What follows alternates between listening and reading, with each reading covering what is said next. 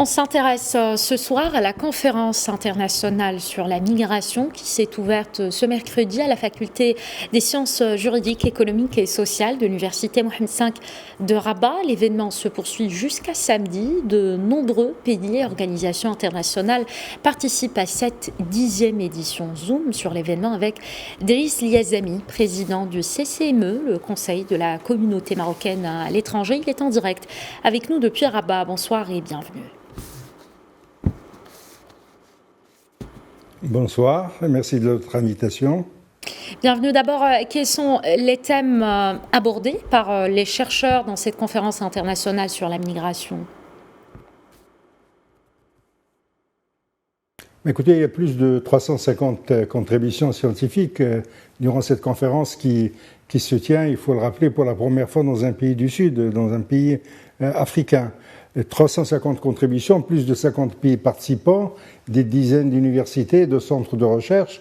Donc le scope des interventions couvre pratiquement toutes les problématiques de l'immigration.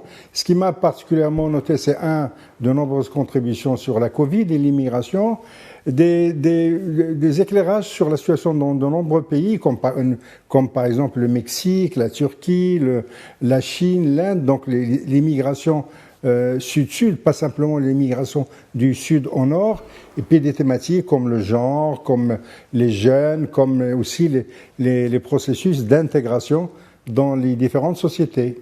Et quels sont aussi les enjeux de la gouvernance des migrations internationales et quel est le rôle joué par le Maroc et par le roi Mohamed VI, tout particulièrement dans la gestion de ce dossier, on le sait, très épineux aujourd'hui? Écoutez, je crois que le choix du Maroc par les organisateurs de cette conférence n'est pas anodin. Il n'est pas dû au hasard. Le Maroc a inauguré, et c'est un des rares pays du Sud, a inauguré en 2013 sur l'impulsion de Sa Majesté une politique d'accueil, de régularisation exceptionnelle. Le gouvernement a élaboré une stratégie nationale d'intégration et de l'asile. Donc c'est le premier élément marquant pour le Maroc. Le Maroc est aussi un pays d'immigration, qui a une diaspora très importante. Nous sommes d'ailleurs en ce moment même en train de discuter de l'adaptation des politiques publiques et du dispositif institutionnel.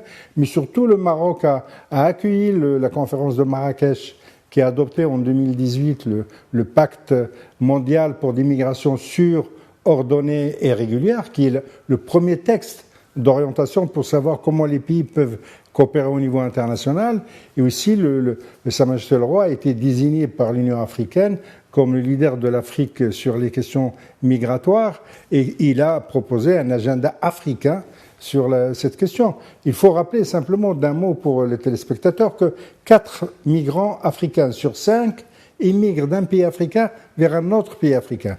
Donc la question migratoire n'est pas, contrairement à ce que nous percevons, contrairement à ce que certains médias proposent, n'est pas simplement une question sud-nord, mais elle est aussi sud-sud et aussi de plus en plus nord-sud. D'accord, donc on l'a compris, le Maroc joue un rôle stratégique dans la gestion du dossier de l'immigration.